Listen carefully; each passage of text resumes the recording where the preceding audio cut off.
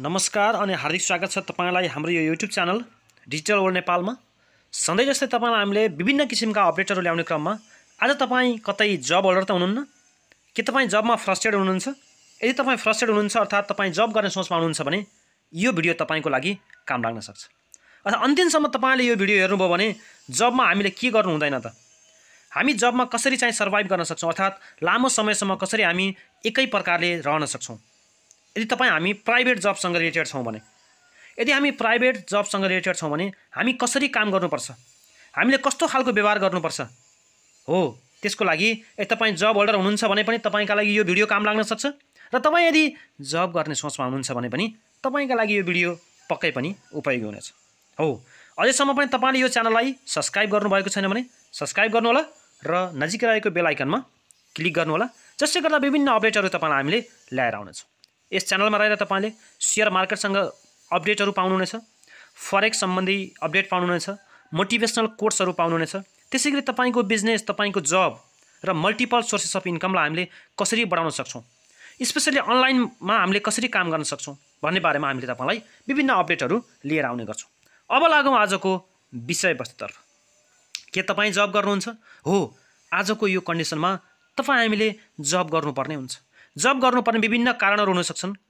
कतै घर परिवार चलाउन, कतै आफ्नो प्रेस्टिज देखाउनको लागि, कतै तपाई हामीले बिजी हुनको लागि पनि जब गरेका हुन सक्छौं। हो, विविध कारणहरुले हामीले जब गरिरहेका हुन सक्छौं।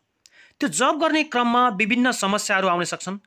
किन भन्दा हामी प्राइभेट सेक्टरमा यदि जब गर्छौं भने, हो, आज ती कुराहरुको बारेमा हामी कुरा गर्दै छौं। सबैभन्दा पहिलो तपाईले यी 10 वटा गल्ती के हुन् त भन्ने बारेमा तपाईलाई हामीले बताउँदै छौं। आशा छ तपाईले अन्तिमसम्म साथ दिनुहुनेछ। पहिलो सबभन्दा मोस्ट इम्पोर्टेन्ट भनेको आफ्नो कर्तव्य र अधिकार थाहा पाउनुहोस्। अर्थात तपाई यदि जब गर्दै हुनुहुन्छ भने तपाईले आफ्नो कर्तव्य र अधिकार थाहा पाउनुपर्ने हुन्छ। ड्युटी एन्ड रेस्पोन्सिबिलिटीको बारेमा तपाईलाई जानकारी हुनुपर्छ। किन भन्दा तपाई हामी फर्स्ट टाइम अर्थात कुनै पनि संस्थामा पहिलो पटक त्यहाँ जाँदै छौं भने हामीलाई के लाग्न सक्छ भन्दा हामीले कसरी यसलाई राम्रो गराउने त, अर्थात हामीले के गर्यौं भने हामी राम्रो बन्न सक्छौं भन्ने चक्करमा लागेका हुन सक्छौं। हो, त्यही कुराले गर्दा तपाईको त्यो सम्पूर्ण टेन्योर अर्थात तपाईले त्यो संस्थासँग आबद्ध हुन्जरी तपाईलाई ती कुराले समस्या पनि दिएको हुन सक्छ। त्यसैले तपाईले सबभन्दा पहिला आफ्नो कर्तव्यको कुरा गर्नुहोस्। किन भन्दा हामीले जागिर खाइसकेपछि हामीले आफ्नो ड्युटी पनि पूरा गर्नुपर्छ। हो, त्यो ड्युटी के हो त, रेस्पोन्सिबिलिटी के हो त, र हाम्रो अधिकार के हो त, हामीले के पाउन सक्छौं र हाम्रो कर्तव्य के हो। पहिला कर्तव्यको कुरा गर्नुहोस् अनि अधिकार पनि थाहा पाउनुहोस्। किन भन्दा हामीले त्यहाँबाट पाउने सुविधाहरु के हो त, त्यसको बारेमा तपाई सधैँ क्लियर हुनुहोस्। कहिलेकाहीँ समस्या आयो भने तपाईले प्रशासन अथवा तपाईले त्यहाँ चाहिँ गएर एडमिनिस्ट्रेसनसँग तपाईले कुरा राख्न सक्नुहुन्छ, जसले गर्दा तपाईको कुरा पनि सुनुवाई होस्। किन भन्दा तपाईलाई ती कुराहरु थाहा छ भने मात्रै तपाईको प्रस्तुति पक्कै पनि गरुङ्गो खालको हुनेछ र संस्थाले पनि तपाईलाई त्यसरी नै लिनेछ। त्यसैले पहिला आफ्नो कर्तव्य र अधिकारको बारेमा जानकार हुनुहोस्। तपाई कर्तव्य र अधिकारसँग जानकार हुनुभयो भने नै अगाडि बढ्न सजिलो हुनेछ। त्यसैगरी अब अर्को कुरा रहेको छ, त्यसमा तपाईले अफिस सधैँ आफ्नो सही समयमा जानुहोस्। जहिले पनि तपाईलाई यदि थाहा छैन भने तपाई जुन दिन अपोइन्टमेन्ट हुनुहुन्छ, तपाई जुन दिन इन्टरभ्यूको लागि जानुहुन्छ, त्यो दिन नै तपाईले आफूले गएर तपाईले अब जुन दोस्रो अप्सन हामीले कुरा गर्दैछौँ, अफिस सधैँ आफ्नो सही समयमा जानुहोस्।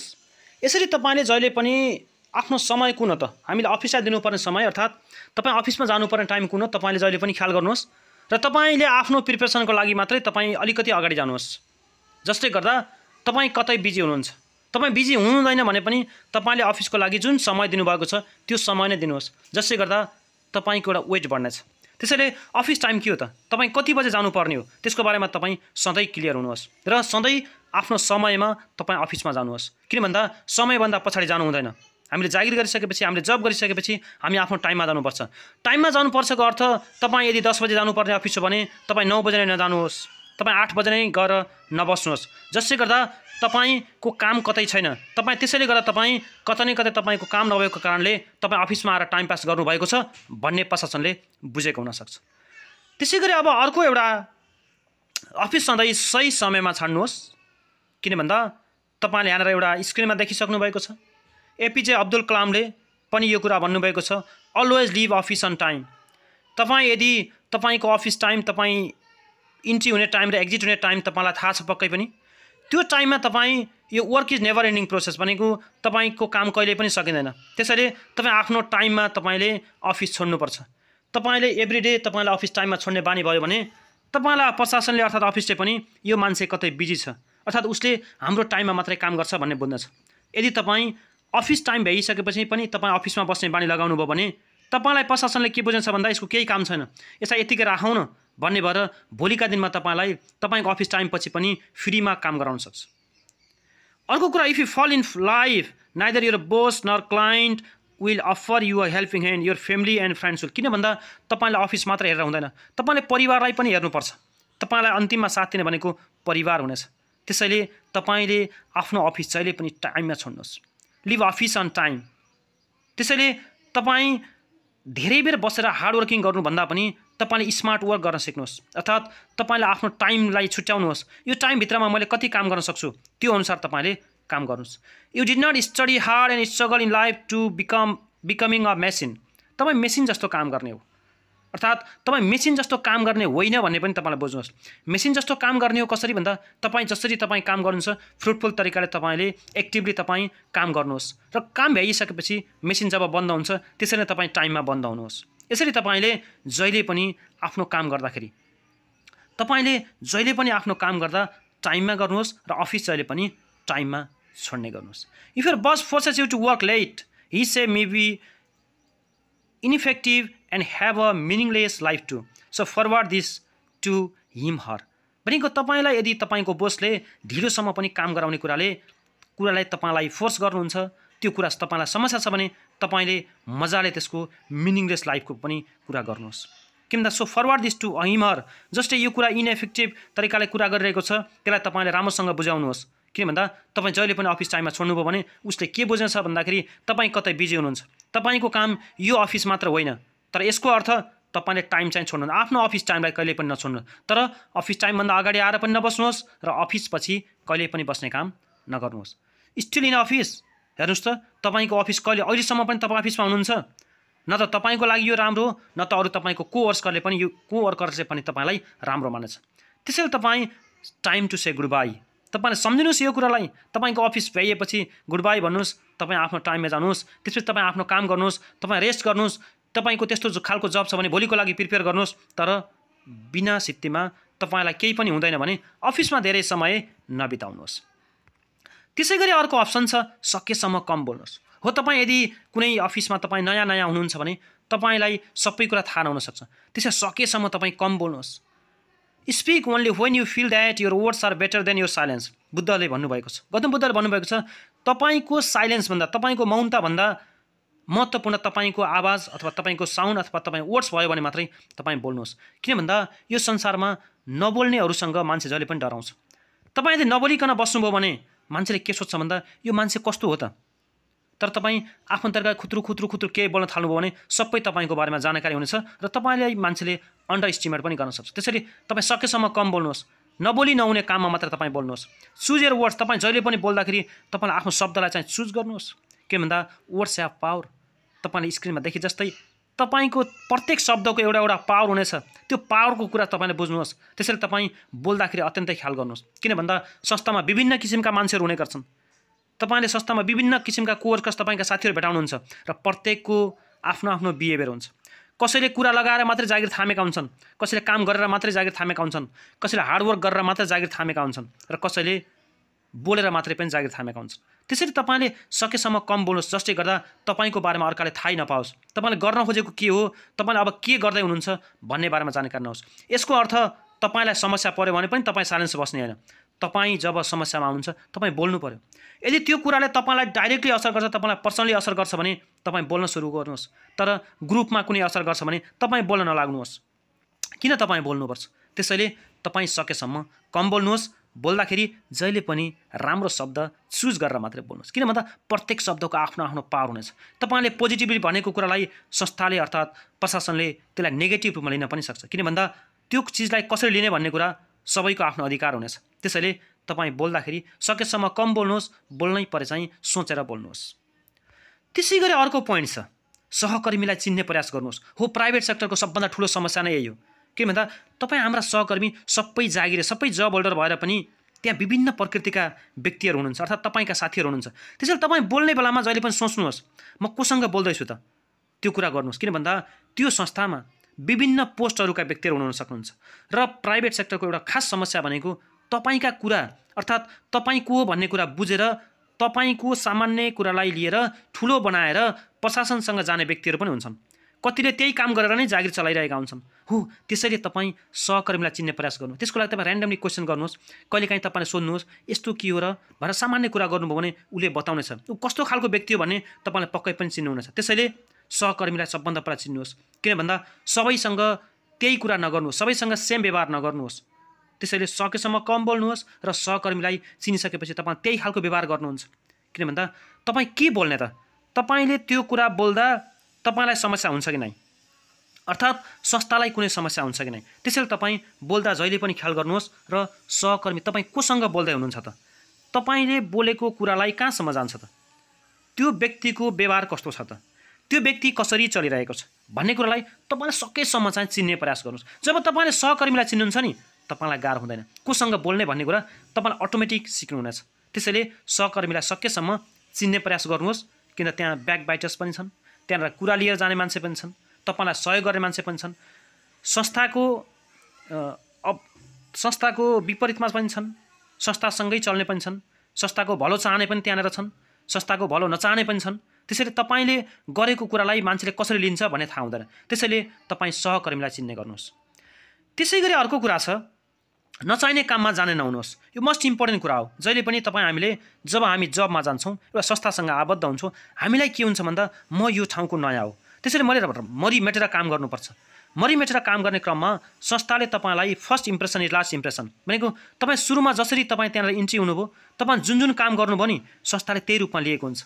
त्यसैले तपाईँले यो कुरा बुझ्नुहोस्, डु नट गेट स्मार्ट भनेको नचाहिने काम। जस्तो तपाईँ एउटा काम गर्न जाँदै हुनुहुन्छ, तपाईँको ड्युटी एन्ड रेस्पोन्सिबिलिटी, तपाईँको काम कर्तव्य अधिकार के हो त, त्यो क्षेत्रभित्रको मात्रै तपाईँले काम गर्नुहोस्। यदि तपाईँले त्यो क्षेत्र बाहेक पनि तपाईँलाई थाहा छ भने पनि तपाईँले त्यो काम नगर्नुहोस्। किन भन्दा आज तपाईँले त्यो काम गर्न जान्नुभयो भने भोलि तपाईँलाई संस्थाले त्यही काम लगाउनेछ जुन बिना स्यालेरी। त्यहाँ तपाईँले कुनै पनि खालको इन्सेन्टिभ पाउनुहुने छैन।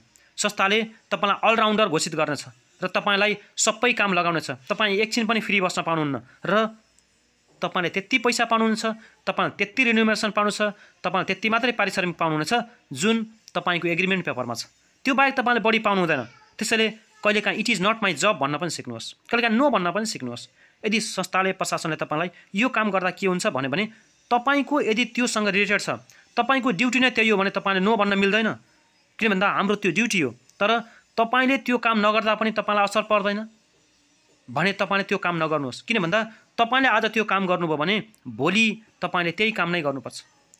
मानौ तपाईँ एउटा कम्पनीको तपाईँ म्यानेजर हो, काम गर्ने क्रममा तपाईँलाई संस्थाबाट एक दिन चाहिँ त्यो रिसेप्सनिस्ट अथवा कोही फोटोकपी गर्ने मान्छे एब्सेन्ट भयो र तपाईँलाई यदि फोटोकपी गर्न राम्रोसँग अनुभव छ, तपाईँले यो जागिरभन्दा अगाडि तपाईँले कुनै काम गर्दा फोटोकपीको काम गर्नुभयो, बट तपाईँले यदि गएर त्यहाँनिर फोटोकपी गर्ने काम चाहिँ सजिलोसँग फोटोकपी गर्नुभयो भने भोलिबाट फोटोकपी गर्ने काममा तपाईँलाई खोजिन्छ, अरूलाई खोजिँदैन। र कालान्तरमा अलि पछि गएर जसलाई फोटोकपीका लागि अपोइन्ट गरिएको छ नि उसलाई त्यो जागिरबाट निकालिएर तपाईँको काम पनि तपाईँले गर्नुपर्नेछ र फोटोकपीको काम पनि तपाईँले गर्नुपर्नेछ। यताबाट हेर्दाखेरि तपाईँको लोड पनि बढ्यो र म्यानेजर जस्तो व्यक्तिले फोटोकपी पनि गर्नु परेको छ। त्यसैले तपाईँ कहिले पनि स्मार्ट नहुनुहोस्। तपाईँ टेक्नोलोजीमा जान्ने हुनुहुन्छ भने तपाईँको आफ्नो क्षेत्रमा काम गर्नुहोस्। तपाईँ त्योसँग रिलेटेड हुनुहुन्छ भने तपाईँले गर्नुपर्छ। तर तपाईँको त्योसँग रिलेटेड होइन, तपाईँको त्यो एरियामा पर्दैन भने तपाईँले त्यो कामै नगर्नुहोस्। किन त्यो काम गर्ने? तपाईँले त्यो काम गर्नुभयो भने संस्थाले तपाईँलाई सधैँ लदाउनेछ त्यही काममा। त्यसैले तपाईँले स्मार्ट भएर नचाहिने काम चाहिँ जान्ने हुँदै नहुनुहोस्। तपाईँले त्यो रिलेटेड छैन भने no it is not my job भन्न सिक्नुहोस्। यो सबभन्दा मोस्ट इम्पोर्टेन्ट काम हुनेछ। किन तपाईँले आज त्यो गर्नुभयो भने तपाईँले त्यो संस्था नछोडुन्जरी त्यो काम गरिरहनुपर्छ, त्यो पनि फ्रीमा। त्यसै गरी अर्को अप्सन छ, सकेसम्म आफ्नो आन्तरिक कुरा नबताउनुहोस्। हो, तपाईँले कहिल्यै पनि गसिप गर्दा, तपाईँले कम्युनिकेसन गर्दा तपाईँको पारिवारिक कन्डिसन, तपाईँको आफ्नो पर्सनल कन्डिसन, तपाईँले कहाँबाट कसरी चल्नुहुन्छ, तपाईँले कहाँ के गर्नुहुन्छ भन्ने बारेमा कसैलाई पनि नबताउनुहोस्। समाजका कुरा गर्नुहोस्, देशका कुरा गर्नुहोस्, तपाईँ बिचको अहिले भर्खर चलिरहेको कुरा गर्नुहोस्, करेन्ट अफेयरको कुरा गर्नुहोस्। त जुन कुरा तपाईँको पर्सनली कुरा छ त्यो पर्सनली प्राइभेसीको कुरा कहिल्यै पनि अरूसँग कुरा नगर्नुहोस्। Notice the people who are happy for your happiness and sad for your sadness भनेको त्यो कुरा चाहिँ तपाईँले नोटिस गर्नुहोस्। किन भन्दा तपाईँले तपाईँको दुःख बताउँदै जाँदाखेरि तपाईँको साथी अथवा तपाईँको कोवर्कर्सले तपाईँ दुःखी हो, तपाईँले कहीँ पनि केही गर्न नसकेर यो संस्थासँग आबद्ध हुनुहुन्छ भन्ने यदि कसैले बुझ्यो भने तपाईँ त्यो संस्थामा सर्भाइभ हुन जहिले पनि गाह्रो हुन्छ। अझ यो कुरा प्रशासनलाई त थाहा हुनै हुँदैन। तपाईँको यदि इन्कम सोर्स त्यो एउटा मात्रै छ भने पनि तपाईँले त्यो बताउने होइन। तपाईँ जहिले पनि तपाईँको मल्टिपल सोर्स अफ इन्कम छ, आन्तरिक कुरा तपाईँले बताउँदै नबताउनुहोस्। तपाईँ कहाँ बस्नुहुन्छ, तपाईँले के गर्नुहुन्छ, तपाईँले कहाँबाट के कमाउनुहुन्छ, तपाईँको परिवार कसरी चलिरहेको छ, यी कुराहरू तपाईँले कहिल्यै पनि अरूलाई नबताउनुहोस्। चाहे त्यो प्रशासन होस्, चाहे तपाईँको कोवर्कर्स, तपाईँको साथी नै किन नहोस्, आन्तरिक कुरा तपाईँले कहिल्यै पनि नबताउनुहोस्। र बताउनै पर्ने खण्डमा पहिला नोटिस गर्नुहोस् को हो त तपाईँको साथी। तपाईँ त्यो संस्थामा गइसकेपछि तपाईँसँग घुलमिल हुने क्रममा तपाईँले पक्कै पनि साथी चिन्नुहुन्छ। 100% त तपाईँले कसैलाई पनि सेयर नगर्नुहोस्। सेयर गर्नु परे पनि त्यो कुरा चाहिँ चिनेर मात्रै सेयर गर्नुहोस्। को त त्यो तपाईँको ह्याप्पिनेसमा ह्याप्पी हुनेछ कि छैन, तपाईँको स्याडनेसमा उस साथी स्याड हुन्छ कि नै, यो कुरालाई बुझेर मात्रै तपाईँले आफ्नो आन्तरिक कुराहरू बताउनुहोस्। सकेसम्म त आन्तरिक कुरा बताउँदा के हुन्छ भन्दाखेरि तपाईँको विक पोइन्ट यदि प्रशासनले थाहा पायो भने तपाईँलाई अन्डर एस्टिमेट गरिरहनेछ र तपाईँ त्यो संस्थामा त्यसरी नै रहिरहनुपर्छ। त्यसैले सकेसम्म आफ्नो आन्तरिक कुरा बताउँदै नबताउनुहोस्। अर्को कुरा भनेको प्रोफेसनल हुन सिक्नुहोस्। प्रोफेसनलिजम हेर्नुहोस् है, प्रोफेसनको लागि चाहिँ तपाईँ कुन प्रोफेसनको लागि जानुभयो, be trustworthy, apply intelligence, work hard, सबै काम तपाईँले गर्नुपर्छ हो। तर प्रोफेसनलको अर्थ यो हो कि तपाईँ कहिलेकाहीँ it's okay to lose people but never lose yourself. तपाईँ कहिलेकाहीँ प्रोफेसनल हुने क्रममा तपाईँ सबै काम गर्न थाल्नुभयो र यदि तपाईँले कहिलेकाहीँ एउटा व्यक्तिसँग चाहिँ सम्बन्ध बिग्रन्छ भने पनि सम्बन्ध बिग्रन दिनुहोस्। तर उसँग सम्बन्ध बनाउँदै गर्दा तपाईँ आफै नै लुज भएको, तपाईँ आफै नै हराएको हुनसक्छ। त्यसैले प्रोफेसनल हुन सिक्नुहोस्। नचाहिने कुराको केयरै गर्न छोड्नुहोस्। किन त इन्टेलिजेन्ट पिपुल इग्नोर्स भन्ने कुरा पक्कै पनि तपाईँ सुन्नुभएको छ होला। किन भन्दा बसेर तपाईँले गलाफाती कुरा नगर्नुहोस्। तपाईँ आफूले चाहिँ आफूलाई फाइदा हुने कुरा गर्नुहोस् र तपाईँले संस्थाको भलो पनि तपाईँ चिताउनुपर्छ। किन भन्दा एउटा संस्थासँग आबद्ध भइसकेपछि त्यहाँ पनि तपाईँ प्रोफेसनल हुनुपर्छ, ड्युटी कम्प्लिट गर्नुपर्छ। तर त्यही कुरामा तपाईँले धेरै कुरा केयर गर्ने, तपाईँको प्रोफेसन के हो त्यो मात्रै तपाईँ केयर गर्नुहोस्, अरू कुराको केयर नगर्नुहोस्। जसले गर्दा तपाईँलाई डाइरेक्टली असर गर्छ त्यो कुरालाई अझै केयर गर्नुहोस्, होइन भने अरू कुनै पनि कुरा केयर नगर्नुहोस्। एकदम प्रोफेसनल हुन सिक्नुहोस्। तपाईँ केका लागि अपोइन्ट हुनुभएको त्यो काम चाहिँ तपाईँले नगरी हुँदैन, त्यो कुरालाई एकदम मस्ट प्रायोरिटी दिनुहोस्। त्यसबाहेक अरू तपाईँले काम गर्ने होइन। तर तपाईँले सोच्ने पनि होइन। सोच्ने हो आफ्नो लागि, संस्थाको लागि सोच्नुहुन्छ, तपाईँको ड्युटी अनुसारको संस्थालाई सोच्नुहोस्, संस्थाको बारेमा बुझ्नुहोस्, संस्थाको बारेमा बोल्नुहोस्, सबै कुरा गर्नुहोस्। तर it's okay to lose people but never lose yourself. तपाईँ आफू चाहिँ हराउनु हुँदैन, अर्कालाई बचाएर तपाईँ मर्नु हुँदैन। यो कुरालाई तपाईँ सिकेर अलि प्रोफेसनल हुन सिक्नुहोस्। त्यसै गरी अब अर्को कुरा गरौँ। अर्को पोइन्ट भनेको तपाईँको मूल्याङ्कन हुने काम मात्रै गर्नुहोस् हो। त्यो संस्था जुन संस्थासँग तपाईँ आबद्ध हुनुहुन्छ त्यो संस्थामा विभिन्न व्यक्तिहरू हुनुहुन्छ। तपाईँले त्यो विभिन्न व्यक्ति मार्फत काम गरिरहेको हुनसक्छ। तर तपाईँले त्यो काम मात्रै गर्नुहोस् जहाँ तपाईँको मूल्याङ्कन हुनेछ। यु आर डुइङ ग्रेट भन्ने काम मात्रै तपाईँले गर्नुहोस्। तपाईँले यदि त्यो काम गरेर संस्थाले कुनै मूल्याङ्कन गर्दैन र मूल्याङ्कन गर्ने व्यक्तिसँग यो कुरा थाहा हुँदैन भने तपाईँले नगर्नुहोस्। तर त्यो काम नगर्दा पनि तपाईँको जागिरमा कुनै पनि हस्तक्षेप हुनु भएन, तपाईँको जागिरमा कुनै समस्या हुनु भएन, तपाईँको ड्युटी एन्ड रेस्पोन्सिबिलिटीमा कुनै असर पर्नु भएन। भनेको तपाईँको ड्युटीभन्दा बाहिरको काम छ भने तपाईँले कामै नगर्नुहोस् र काम गर्न परे पनि मूल्याङ्कन हुनुहोस्। मूल्याङ्कन हुने काम मात्रै गर्नुहोस्। मानौ तपाईँको एउटा वर्किङ सिस्टममा, तपाईँको टिम म्यानेजमेन्टमा तपाईँको मूल्याङ्कन गर्ने को हो त, त्यो त तपाईँले 1-2 महिनामा पत्ता लगाउनुहुन्छ। त्यो भइसकेपछि त्यो मूल्याङ्कन हुने काम मात्रै गर्नुहोस्। किन भन्दा यदि तपाईँलाई कसैले काम गरायो भने तपाईँले त्यो काम गरिदिएर मात्रै त्यो काम फुलफिल भएको भन्ने कुरा चाहिँ फर्स्ट स्टेपसम्म पनि तपाईँको कुरा थाहा हुनुपर्छ। तपाईँलाई कसैले काम गरायो र तपाईँले त्यो काम कम्प्लिट गरिदिनु भयो र त्यो कुरा संस्थाले थाहा पाएन भने तपाईँको कुनै मूल्याङ्कन हुँदैन। तपाईँ खाली बसेको बेला त्यो काम गर्नुभएको भन्ने हुन्छ। त्यसैले तपाईँ फ्रीमा केही पनि काम नगर्नुहोस् र यदि काम गर्नु पर्यो भने पनि मूल्याङ्कन होस्। You are doing great, did you happen to see that little note I left about your evaluation हो। हेर्नुहोस् त, यहाँ चाहिँ तपाईँलाई एउटा लेटर आउनु पऱ्यो हो। तपाईँले काम गर्दाखेरि विभिन्न किसिमबाट पैसा मात्रै होइन नि त, सबै कुराहरू हुन्छ। धेरै हिसाबबाट तपाईँको मूल्याङ्कन हुनुपर्छ।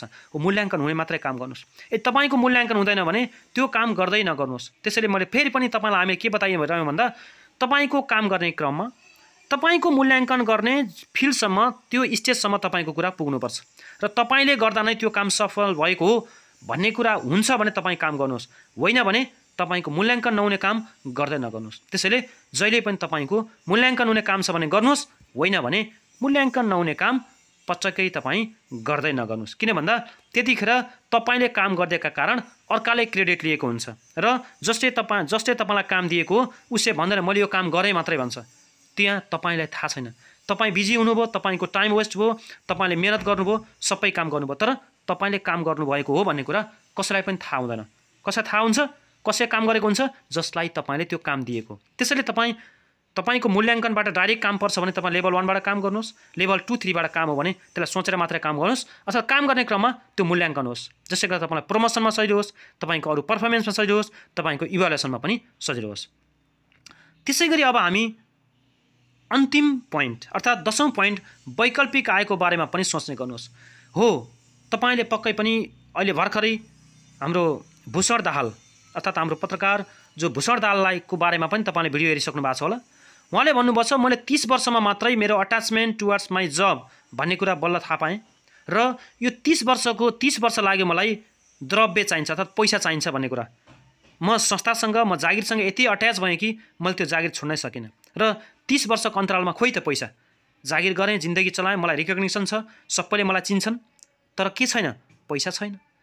तलब पनि छ भनेको स्यालेरी पनि छ, रिकग्निसन सबैले चिन्छन् मलाई, तर अहिलेको 21st सेन्चुरीमा चाहिने कुरा के हो त भन्दा पैसा। खोइ त पैसा हो। त्यसैले हामीले वैकल्पिक आयको बारेमा पनि सोच्ने गरौँ। एउटा मात्रै इन्कम सोर्समा तपाईँ डिपेन्ड हुनुभयो भने एउटा कुरा तपाईँको संस्थाले पनि तपाईँलाई अन्डर एस्टिमेट गर्नेछ। यो कहाँ जान्छ, यसलाई जे गरे पनि हुन्छ, यसको अर्को इन्कमै छैन त, यसले केही गर्नै सक्दैन भन्ने पनि एउटा हुन्छ। त्यसैले वैकल्पिक आयको बारेमा सोच्नुहोस् र एक्सन लिएर तपाईँले काम गर्नुहोस्। त्यही भएर तपाईँले रेन्टल प्रपर्टी तपाईँले पर्चेस गर्न सक्नुहुन्छ, ट्रेड फरेक्समा सेयर मार्केटमा कसरी ट्रेड गर्ने भन्ने बारेमा सिक्न सक्नुहुन्छ, अनि तपाईँ अलिअलि गरेर चाहिँ तपाईँ स्टकमा तपाईँ इन्भेस्ट गर्न सक्नुहुन्छ। इ कमर्स स्टोर तपाईँले सुरुवाली तपाईँको जागिर नबिगारिकन पनि गर्न सक्नुहुन्छ, इ कमर्स वेबसाइट गराउन सक्नुहुन्छ। स्टार्ट एन्ड अनलाइन बिजनेस तपाईँले लगानी नगरिकन पनि यसभन्दा अगाडिको भिडियोमा पनि हामीले तपाईँलाई बताइसकेका छौँ, अनलाइन बिजनेस सुरु गर्न सक्नुहुन्छ। बाई अ फ्रेन्चाइज तपाईँले कसैलाई युज गरेर तपाईँले फ्रेन्चाइज लिएर मजाले काम गर्न सक्नुहुन्छ। विभिन्न कुराहरू छन् जहाँनिर तपाईँ लाग्नु पर्दैन, अर्थात् तपाईँ एक्टिभली इन्भल्भ नभए पनि तपाईँले त्यहाँ चाहिँ इन्कम गर्न सक्नुहुन्छ। यस्तो खालको बारेमा पनि तपाईँ सोच्नुहोस्, जसले गर्दा एउटा कुरा संस्थाले पनि तपाईँलाई पेल्न सक्दैन। किन भन्दा जो एउटा मात्रै इन्कम सोर्समा डिपेन्ड हुन्छ त्यसलाई संस्थाले पनि हेरेको हुन्छ, यो कहाँ नै जान्छ र भन्छ। तर तपाईँसँग 2-3वटा छ भने संस्थाले पनि तपाईँलाई हामीले यसलाई निकाले पनि त गाह्रो हुँदैन नि त भन्ने हिसाबले तपाईँको त्यो वेट बनिरहेको हुन्छ। त्यसैले तपाईँले जहिले पनि सोर्स अफ इन्कममा तपाईँ एक्टिभ इन्कम र प्यासिभ इन्कमलाई हेर्नुहोस्। एक्टिभ इन्कममा तपाईँ सेल्फ इम्प्लोयड हुनुहुन्छ, तपाईँले आफै आफ्नो बिजनेस गर्नुभएको, तपाईँ आफै जागिर गर्नुभएको भने सेल्फ इम्प्लोयड तपाईँ टोटल एक्टिभ इन्कम हो। तपाईँ कुनै दिन काम गर्नु भने तपाईँको इन्कम हुँदैन। र इम्प्लोयड जसले हामी चाहिँ जागिर गरिरहेको छौँ त्यसमा पनि तपाईँको एक्टिभ नै हो, तपाईँ त्यहाँ जानै पर्छ। इम्प्लोयड भनेको चाहिँ जस्तो हामीले जागिर दिने गर्छौँ, जागिर दिने पनि त्यहाँनिर चाहिँ जागिरमा भनेको संस्थामा उपस्थित भइरहेको हुन्छ र जागिर गर्ने पनि त्यहाँनिर उपस्थित भइरहेको हुन्छ। त्यसैले तपाईँले ख्याल गर्नुहोस्, त्यो भनेको एक्टिभ इन्कम हो। त्यसैले एक्टिभ इन्कममा मात्रै तपाईँ कहिल्यै पनि भर नपुग्नु। प्यासिभ इन्कममा ओनर अफ बिजनेस हेर्नुहोस् त, तपाईँ ओनर हुनुभयो भने तपाईँ कहिलेकाहीँ कतै गए पनि तपाईँ नहुँदा पनि त्यहाँ काम चलिरहेको हुन्छ। त्यसै गरी इन्भेस्टर तपाईँले कतै इन्भेस्ट गर्नुभयो भने तपाईँ सुतेको बेला पनि पैसा आउँछ, तपाईँ घुम्न गएको बेला पनि पैसा आउँछ हो। त्यसरी तपाईँ प्यासिभ इन्कम र एक्टिभ इन्कमलाई ब्यालेन्स गरेर तपाईँ चल्नुहोस्। वैकल्पिक आयको बारेमा जहिले पनि सोच्नुहोस्। किन भन्दा हो, अगाडि मैले भूषण दाहाल सरको जुन एक्जाम्पल दिएँ, त्यसैले तपाईँले जबमा रहँदा पनि पैसा कहाँबाट आउँछ त भन्ने बारेमा तपाईँ सोच्नुहोस्। तर सोच्ने क्रममा संस्थालाई घाटा हुने गरी चाहिँ नसोच्नु होला, किन त हामी जागिर गरेपछि संस्थाको बारेमा पनि सोच्नुपर्छ। तपाईँ खाली भएको बेला टोटल टाइम चाहिँ संस्थालाई मात्र नदिनुहोस्, आफ्नो व्यक्तिगत कुराको लागि पनि दिने गर्नुहोस् र तपाईँले प्यासिभ इन्कम र एक्टिभ इन्कमलाई सोचेर तपाईँ अगाडि लाग्नुहोस्। हो, तपाईँलाई धन्यवाद। अहिलेसम्म तपाईँले हाम्रो यो भिडियो हेरेर साथ दिनुभयो, अन्तिमसम्म साथ दिनुभएकोमा धन्यवाद। अझै पनि तपाईँ यदि नयाँ हुनुहुन्छ, यो हाम्रो च्यानललाई सब्सक्राइब गर्नुभएको छैन भने सब्सक्राइब गर्नुहोला र यो भिडियो तपाईँलाई राम्रो लाग्छ भने लाइक गर्नुहोला, साथीभाइलाई सेयर गर्नुहोला। धन्यवाद।